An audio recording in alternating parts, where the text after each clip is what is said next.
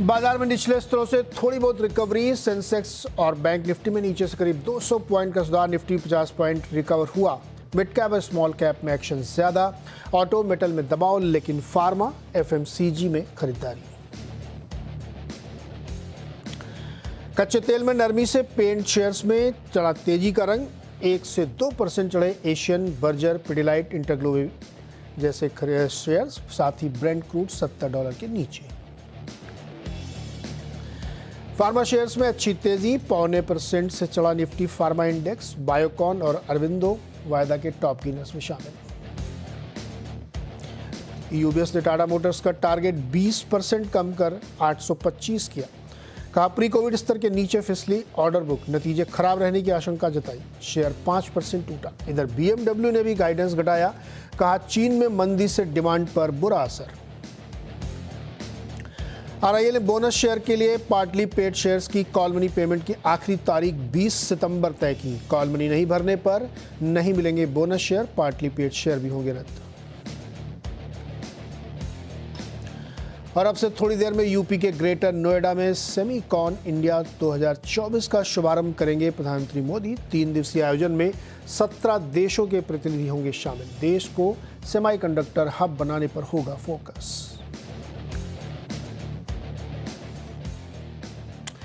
आज social media का दिन है और आपके सवालों के जवाब देने के लिए हमारे साथ जुड़ेंगे मार्केट एक्सपर्ट अमित सेठ। तो आप फटाफट अपने सवाल हमें हमारे सोशल मीडिया हैंडल्स पर भेजना शुरू करिए और हम उसमें से ज़्यादा क्वेश्चन लेने की कोशिश करेंगे। लेकिन एक क्विक चेक पहले अमित साथ लेते मार्केट पे। अमित, निफ्टी जूझ रहा है हरे में टिकने के लिए और सेम बैंक निफ्टी के साथ है। मिड कैप हालांकि आज भी मज़े में चल रहा है। क्या लगता है, निफ्टी अटक रहा है क्या अभी? जी, good morning Neeraj ji and good morning to all the viewers. Neeraj ji, पहले तो आपको वेरी हैप्पी बर्थडे। कल मेरा कोई शो नहीं था तो I wanted to wish you a very happy thank birthday. You Amit, thank you so much. जी, नीरज जी, निफ्टी थोड़ा सा चॉपी प्राइस एक्शन है both Nifty and bank Nifty में। फ्राइडे के सत्र में जो हमने एक थोड़ा सा एक डीप पुल बैक देखा था, उसके बाद थोड़ा सा मार्केट स्टेबलाइज होने की कोशिश कर रहा है। निफ्टी की अगर हम बात करें तो हमारा इमीडिएट सपोर्ट जो कि 20 डेमा के आसपास 24,930 के आसपास आता है। जब तक वो इंटैक्ट है तो मुझे लगता है यहाँ पे दिक्कतें नहीं है। थोड़ा सा कंसोलिडेशन मोड में ही मानूंगा। लेकिन हैविंग सेड दैट 25,100 25,200 में एक स्ट्रॉन्ग कॉल राइटर का रेजिस्टेंस है। तो पोजिशनली जब तक ये लेवल्स नहीं निकलेंगे तब तक यहाँ पे कोई पोजिशनल तेजी नजर नहीं आ रही है। तो we have to play these boundaries only. And जहां तक कि बैंक निफ्टी का सवाल है, बैंक निफ्टी थोड़ा सा कोशिश कर रहा है अपने कॉन्फ्लुएंस ऑफ मूविंग एवरेजेस पे सपोर्ट लेने का, कंसोलिडेट लेने का। नीरज जी, यहाँ पे भी क्लियर व्यू यही है कि 51,500 51,600 जब निकलेगा तो एक तेजी बनेगी। On the down side support हमारा 49,800 का है।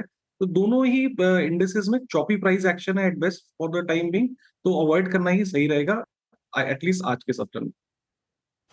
ओके, आज चॉपी ट्रेड इसलिए थोड़ा सा अवॉइड करें क्योंकि निफ्टी 25,100, फिर अगर वो पार हो गया ठीक से तो 25,200, दोनों पे कॉल राइटर बैठे हुए हैं जो ऊपर जाने से इसको रोक रहे हैं।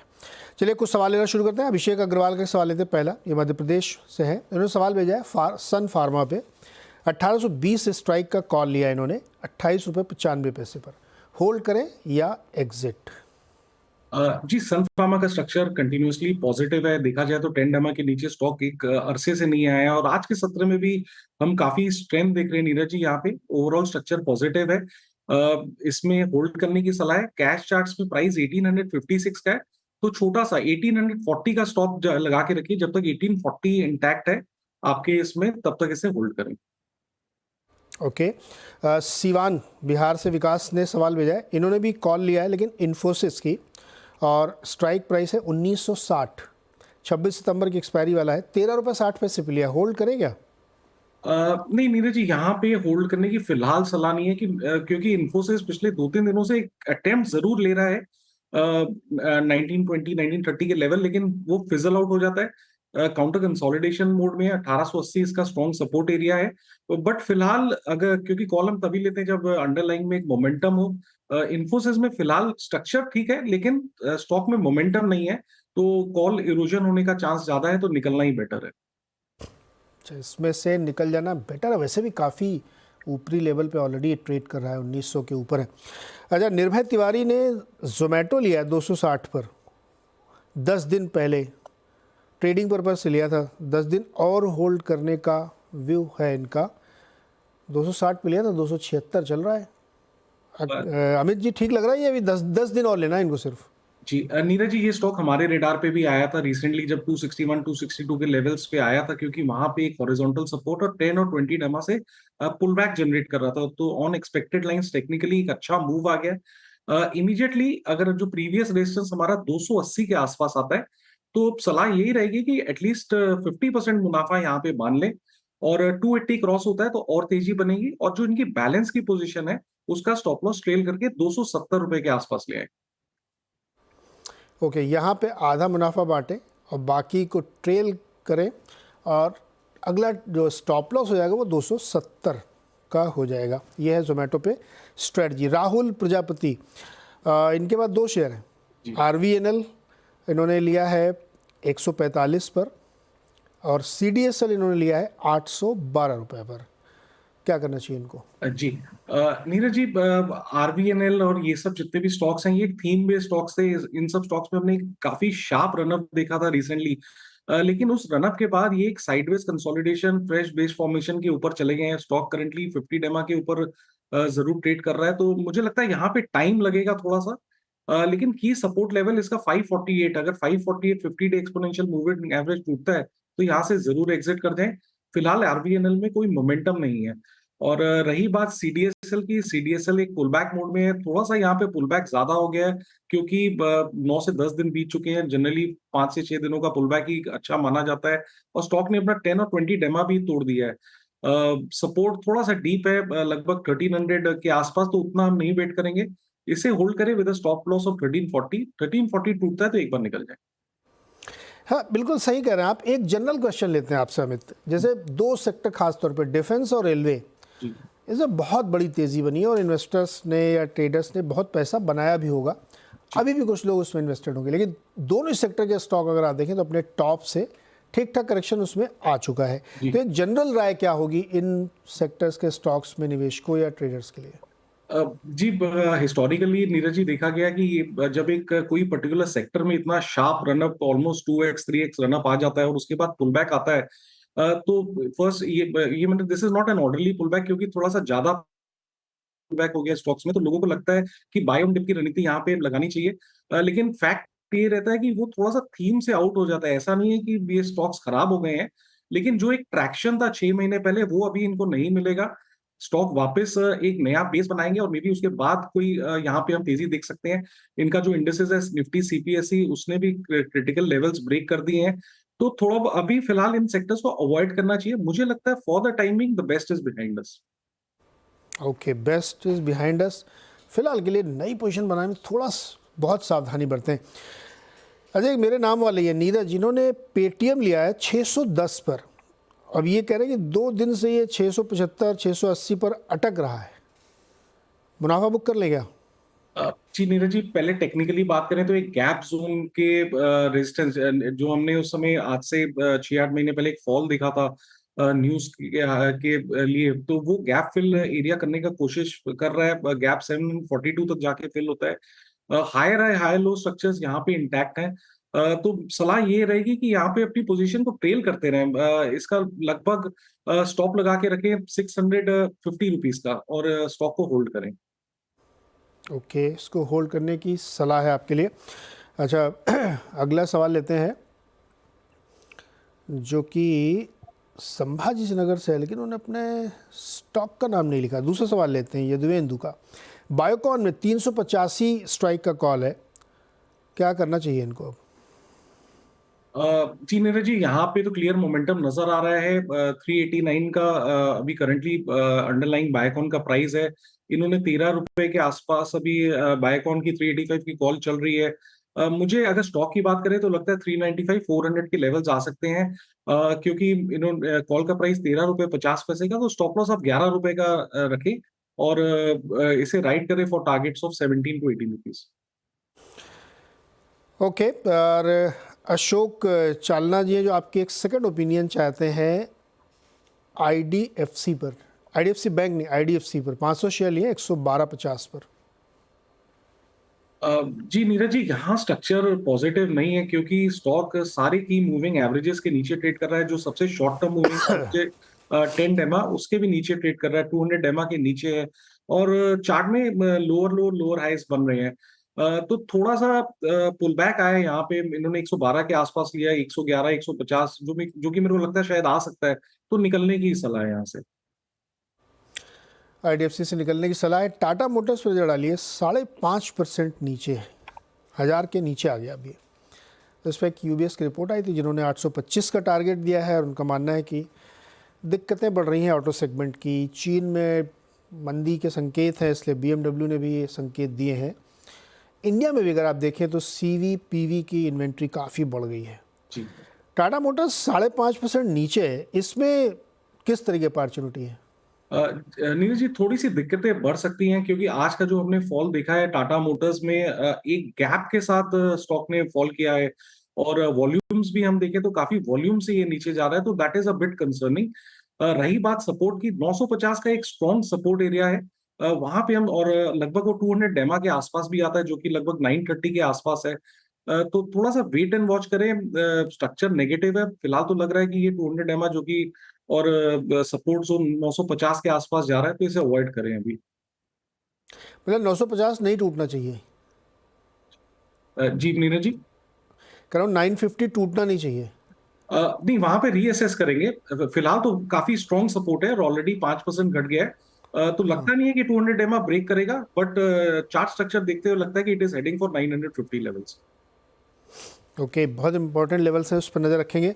अच्छा, अगला सवाल लेते हैं आशीष श्रीवास्तव का। दो शेयर है इनके पास, एक तो शिपिंग कॉरपोरेशन ऑफ इंडिया जो इनके पास 285 के प्राइस का है, और गुजरात गैस 680 के प्राइस का है। 2-3 महीने के नज़रिए से राय चाहते हैं। जी एक सेकंड, गुजरात गैस। जी Neeraj ji, shipping corporation of India, ये भी एक थीम बेस्ड स्टॉक था। लाइक डिफेंस काफी अच्छा इसमें रनअप दिखा। साइडवेज एक कंसोलिडेशन में चला गया है। कोई मोमेंटम नहीं है, अपने 10 20 और 50 डे मूविंग एवरेज के नीचे ट्रेड कर रहा है। इंपॉर्टेंट सपोर्ट जोन 250 है, वो टूटता है तो दिक्कतें बढ़ेंगी। तो मेरे राय ये है कि शिपिंग कॉर्पोरेशन से इनको निकलना ही चाहिए। और दूसरा स्टॉक जो इन्होंने कहा है Gujarat gas, it is in a pull back mode.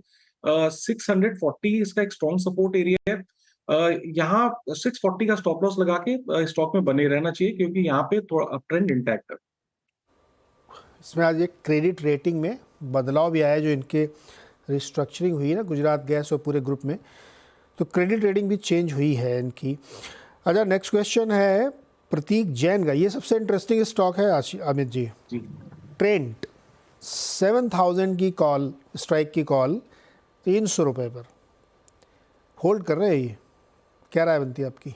जी नीरज जी, ये स्टॉक इनफैक्ट काफी स्ट्रॉन्ग काउंटर है। 10 डेमा के ऊपर ट्रेड कर रहा है, कंसोलिडेट कर रहा है, और हम देखते हैं कि बाजार में कोई भी फॉल आए ओवरऑल इंडिसेस में, तो this is largely unaffected.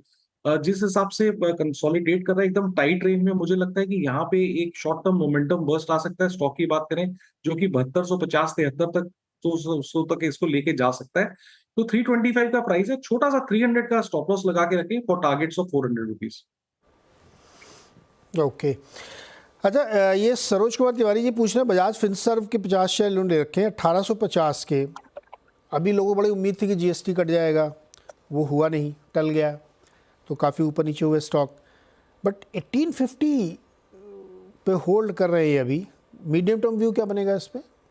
Ji in fact overall अगर इसका बजाज फिनसर्व का स्ट्रक्चर देखें नीरज जी, तो लगभग 1800 के लेवल में इसने स्टॉक में एक ब्रेकआउट दिया। थोड़ा सा इनकी एंट्री जरूर लेट हो गई है, थोड़ा सा स्टॉक एक्सटेंडेड जरूर है, एक पुल बैक मोड में है। आज के सत्र में हम देखें तो लगभग 10 डे एक्सपोनेंशियल मूविंग एवरेज के आसपास आ गया है। थोड़ा सा मार्केट प्राइस एक्शन चॉपी है, तो हो सकता है कि 1800 के आसपास स्लिप कर जाए, but still structure is positive. 17, अगर इनका लॉन्ग टर्म नजरिया है तो 1760 के स्टॉप लॉस लगा के इसमें बने रहे। ओके। अच्छा अमित, ऑयल कंपनियों के लिए आज, कुछ ऑयल कंपनियों के लिए अच्छी खबर भी है, कुछ के लिए ठीक नहीं है। जैसे ओएमसीज के लिए ठीक भी है और नहीं भी ठीक है। ओएनजीसी ऑयल के लिए तो नहीं ठीक है। इसमें से इस पूरे पैक में ओएमसीज में या जो प्रोडक्शन वाली कंपनीज है, कोई स्टॉक आपको है जो लॉन्ग या शॉर्ट के लिए ठीक लग रहा हो? नीरज जी, शॉर्ट तो नहीं करूंगा, लेकिन अगर ओवरऑल स्ट्रक्चर देखें, क्योंकि रीजन ये है कि सारे स्टॉक अभी भी अपने 20 डेमा के ऊपर ट्रेड कर रहे हैं। एक काउंटर हिंद पेट्रो, ये स्ट्रॉन्गेस्ट काउंटर है अगर तीनों ओएमसीज के स्ट्रक्चर हम कंपेयर करें। आज के सत्र में न्यूज आने के बाद भी थोड़ा सा नीचे है, दैट इज ओके। बट ये अगर मुझे कहीं अगले 2 से 3 दिनों में 405 406 के आसपास मिलता है तो वहां पे एक लॉन्ग पोजीशन बनाई जा सकती है with a stop loss of 395 and targets of 430 and 440। अच्छा, अभी हम लोग ट्रेंड की बात करते हैं अमित, शॉपर्स स्टॉप में भी बड़ी तेजी है आज। जी, स्टॉक 950 तक पहुंच गया, आज 13% ऊपर है। क्या रिटेल वाले शेयरों में बहुत दम लौट रहा है क्या? शॉपर स्टॉप कैसा लग रहा है? जी देखिए तो स्ट्रक्चर काफी पॉजिटिव है, और नीरज जी अच्छी बात ये है कि आज का जो मूव आया that has been supported by good amount of volumes. Previous resistance जो कि इसने 10 जुलाई के आसपास बनाया था 920 का, स्टॉक उसके ऊपर ट्रेड कर रहा है। फ्रेश पोजीशन तो नहीं कहूंगा बनाने की, क्योंकि ऑलरेडी 13% अप है।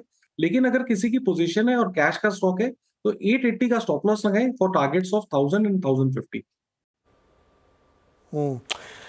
ओके, राहुल ने आरसीएफ के 1921 शेयर ले रखे, 102 रुपये पर 6 महीने के व्यू से।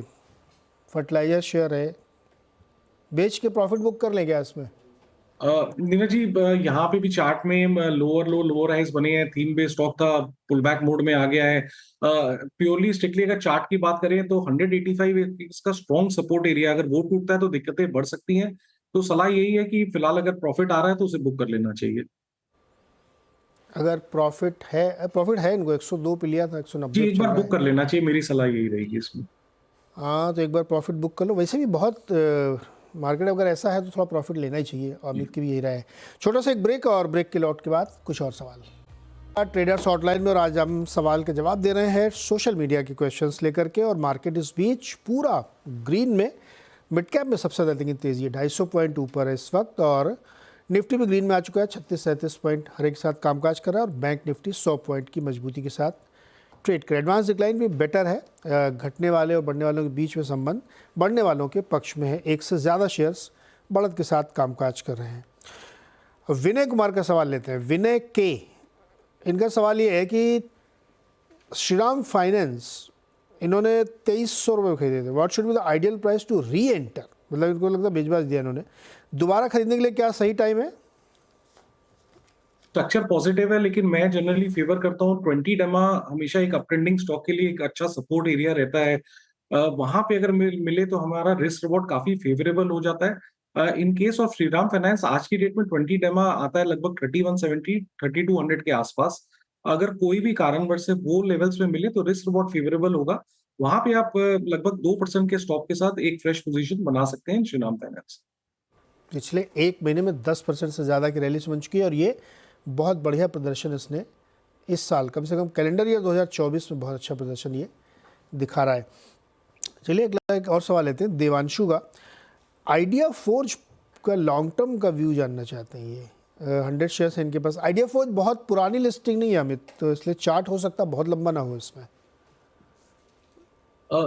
आइडिया फोर्ज जी चार्ट तो नीरज जी अच्छा नहीं है, क्योंकि continuously lower low lower highs बन रहे हैं, और चार्ट देख के ये नजर आ रहा है कि लिस्टिंग प्राइस से भी काफी नीचे है।